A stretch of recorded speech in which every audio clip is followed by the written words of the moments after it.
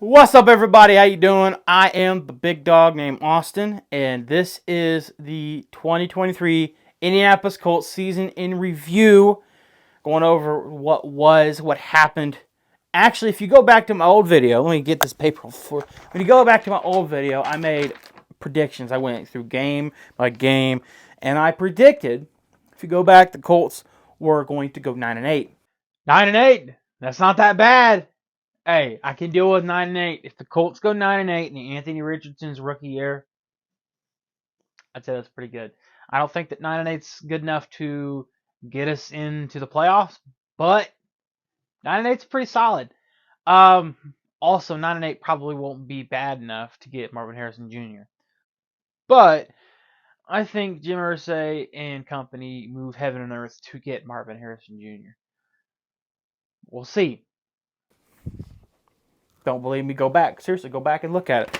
I thought they would beat. These are my predictions. I thought they would beat the Jaguars, the Texans, the Rams, the Titans, the Panthers, the Bucks, the Falcons, the Raiders, and the Texans again. Is that 8 or 9 wins? I don't know. And I thought that they would lose to the Ravens, to the Jags, to the Browns, to the Saints, to the Patriots, to the Titans, Bengals, Steelers. 9-8. I guess.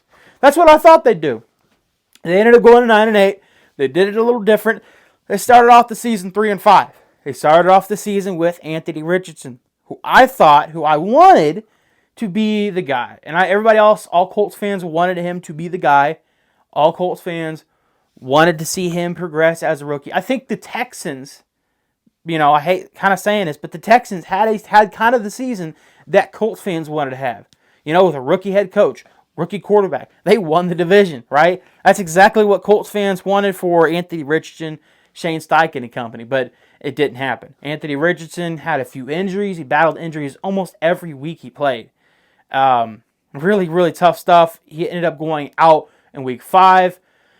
And never came back. He had shoulder surgery, and he's been on the sidelines, but Gardner Minshew's taken over. And I like Gardner Minshew a lot as a person, and he's been a solid player, but I gotta say he is what he is. He's a backup quarterback. I'm not trying to knock the guy, but that's just the reality of it. I said at the beginning of the season I didn't think Gardner Minshew was good enough to take us to the playoffs. Clearly I was right. As unfortunate as it is, if it's a better quarterback, makes that throw, right? On 4th and 1, you never know. It is what it is. We're at 9-8. I'm feeling like the Colts are on the up and up. Okay, you got a rookie head coach. You still got a young team, a young defense. You could still probably get a couple of pieces here and there. You need to still get some weapons on the offense to support Anthony Richardson when he comes back next season. But let's go over some stats, man. I want to tell you guys some stuff because it wasn't all bad.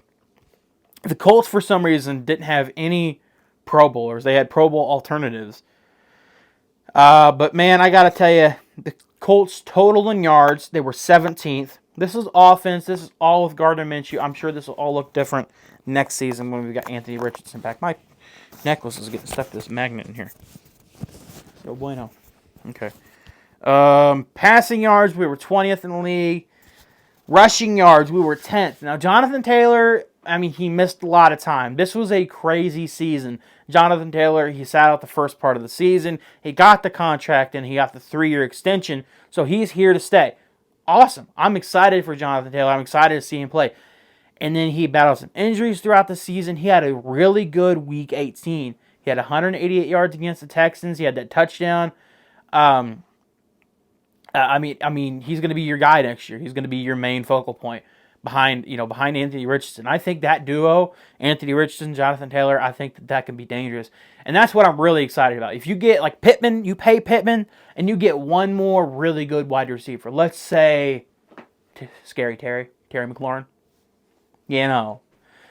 Then you're probably maybe a good tight end, a really good tight end, Nothing too crazy, But seriously, I think the offense will look a lot different with Anthony Richardson next year, and having Jonathan Taylor hopefully fully healthy Contract negotiations are completely behind him now. Completely. Like we're way past that. But that was at the beginning of the season. That all this crazy stuff. But that's also another reason why Shane Steichen is in the Coach of the Year conversation, which he is not ultimately going to win it. It's going to come down to D'Amico Ryans and Kevin Stefanski. I think you could make a very strong argument for both, but that's a discussion for another time.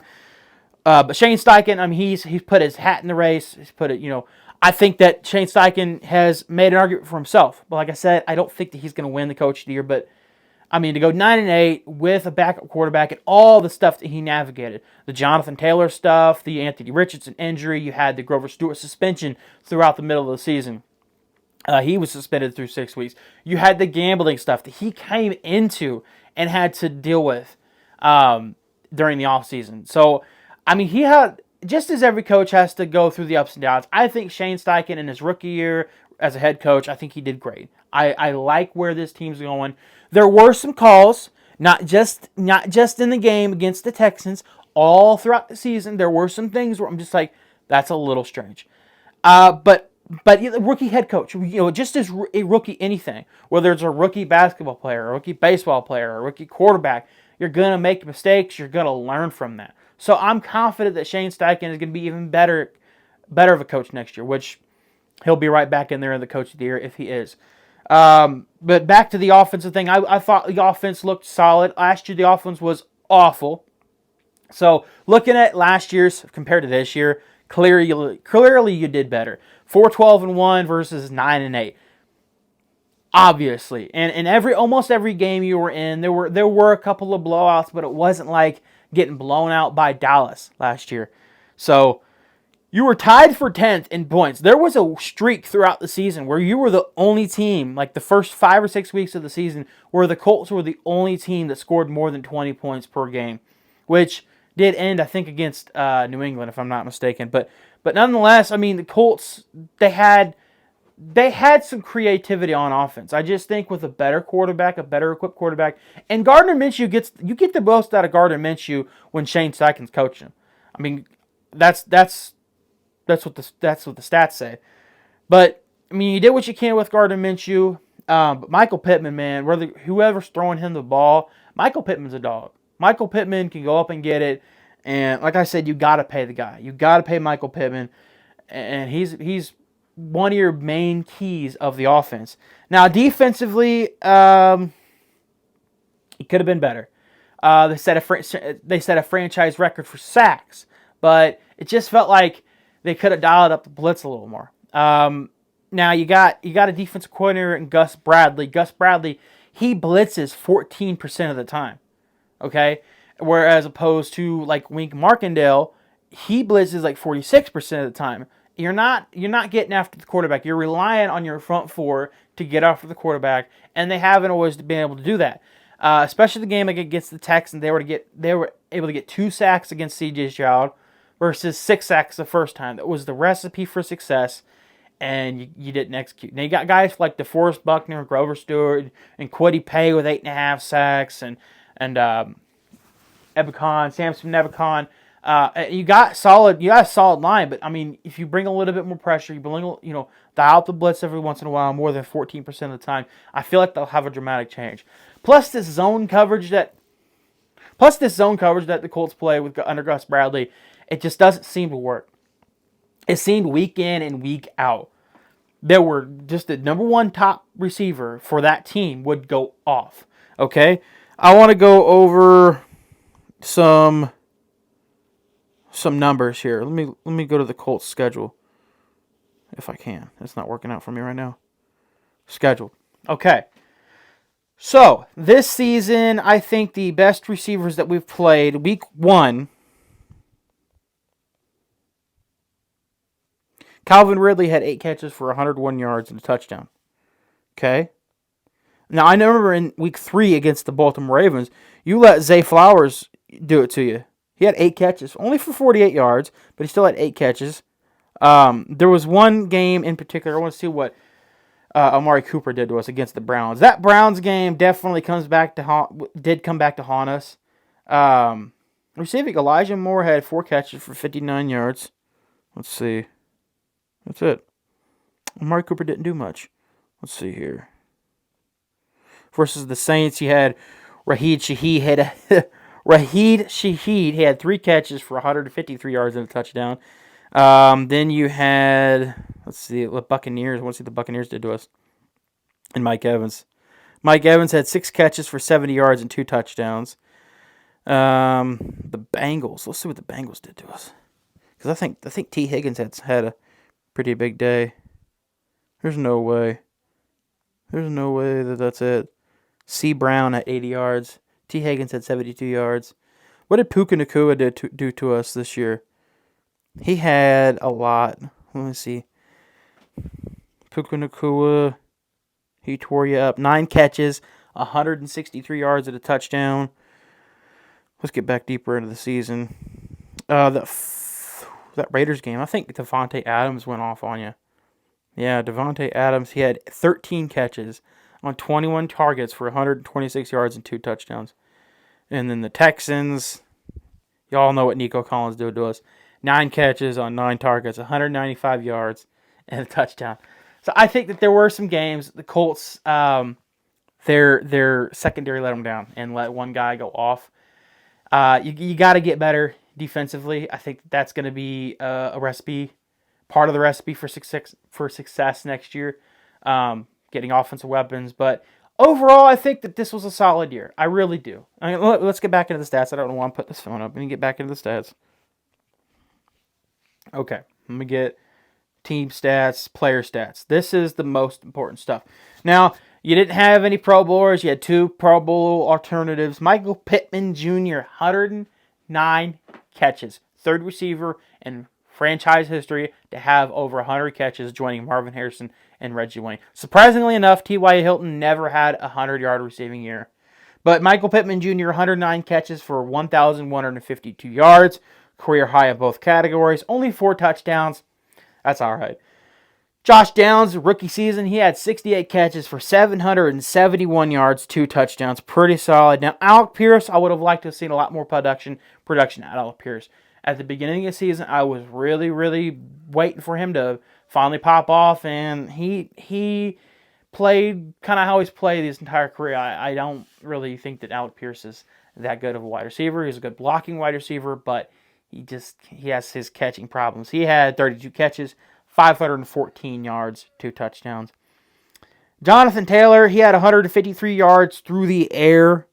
Now rushing, he was second on the team with 741. He had 7 touchdowns. Zach Moss led the team in rushing, 794 yards and 5 touchdowns. So Zach Moss, I think that's another guy that you need to bring back. I thought he was a solid backup to Jonathan Taylor. And whenever Jonathan Taylor was down, whether the contract negotiations or the injuries that he battled through all season, I thought that Zach Moss was solid. I really did. Other players of note, obviously Anthony Richardson. Anthony Richardson had 25 carries for 136 yards and 4 touchdowns in just the small amount of time that he played. So I'm very excited to see what he can do next year. It's going to be fun, but we're just going to wait. But for the defensive side of the ball, you had 2 guys crack 100 tackles. You had E.J. Speed and Zaire Franklin. Zaire Franklin had 179 tackles. E.J. Speed had 100 tackles. Again, this is a season where you set franchise record of sacks in the season. But you got to be able to dial up the blitz. I feel like you got to get after the quarterback more. This is also a weird season where you saw the Colts depart with Shaq Leonard. He wasn't performing well. He was not playing well. And he got cut. He's now in Philly. And to be quite honest with you, I have seen videos of him missing tackles. I have seen videos of him not making plays. I think he did actually make was it a forced fumble? He made a play? Was it a tackle for loss or something? He did make a play in one game. But the Eagles are on the downslide. I don't really know what Shaq Leonard's doing, but the Eagles are still in the playoffs, so we'll see the Eagles battle the Buccaneers in the first round of the playoffs. But that was definitely wild. He got taken down off the stadium after a while. Kenny Moore's back up there. I'm kind of surprised that it's not Anthony Richardson, but I feel like if Anthony Richardson would have played the whole season, it probably would have been him. But so overall, a solid season. 9-8. You didn't make the playoffs. You're picking 15th in the draft. I'll get in more into the draft as the later months go on, March and April and stuff. But right now, I mean, I'm still disappointed. You can look at the season as a success because you're 9-8, and what happened last year, 4-12-1, the gambling stuff, the Jeff Saturday stuff, the Frank Reich stuff, and then you go 9-8. You had a chance in your own building to make the playoffs. You can look at this one of two ways. You can look at that as a big disappointment and you choked it away and you had an opportunity to go to the playoffs. I look at 2021 like that. And if you remember 2021, you know exactly what I'm talking about. I looked at 2021 as a choke job. 2023, though, as disappointing as it is to have not gotten into the playoffs, who have not beaten the Houston Texans, there were still opportunities there that I know I seem to say every year that we're going to clean them up for next year. We're just going to win these games that we lost this year, which kind of was the case from last year to this year. There were some games that we won. We also took advantage, I will admit, we also took advantage of a very weak schedule, a very weak quarterback schedule. I mean, C.J. Stroud was the best quarterback you had played in weeks. You played guys like Aiden O'Connell, Jake Browning for the Bengals. Who started for the Steelers? Why am I vibrating? Who started for the Steelers? All right, wasn't Kenny Pickett, wasn't Mason Rudolph. I think Mason Rudolph actually finished the game. I don't know why I'm spacing whoever Mason Rudolph. Who's the Steelers quarterback? Anyway, doesn't matter. We beat them, but you played some weak quarterbacks, some weak teams, and you took advantage of that. Now, next season, you've got a much tougher schedule. How can you manage that? So going forward, I definitely have optimism. You got to surround Anthony Richardson with talent. You got to get better defensively. Just as every's got to make improvements. But you missed out on the playoffs, just barely. You can be optimistic about it, or you can be pessimistic about it. I'm choosing to be optimistic about it because we're on the up and up. This is year 7 of Chris Ballard. Year 1 of Frank Reich. So we'll see if Chris Ballard's roster construction is good or continues to be good. I thought the rookies this year, yeah, Juju Brents, he was solid. Obviously, Anthony Richardson didn't play much at all. And then Josh Downs, he was solid. I think Josh Downs would be a solid receiver. But one more receiver, like a scary Terry. I'd love to get Terry McLaurin in here, Indianapolis native. Love to get him in here. But man, overall, solid season. I had a lot of fun watching the Colts, and now I'm gonna miss it. Because the Colts don't play football until September of next season, and this year. So, but we've got playoff football. Unfortunately, the Colts aren't in it. I think my wife is in there talking, so she's probably ready for me to get off and done with this video. But yeah, I appreciate you guys watching. It has been a long season. It's been actually not really that long. It just goes by so fast. But it's been a lot just packed in, just a lot of stuff packed in. So I appreciate you guys sticking through this video, watching it, and hanging out with me. I am the big dog named Austin. And as always, I love the Indianapolis Colts. I can't wait for next season. This year ended up at this point, but as always, go Colts!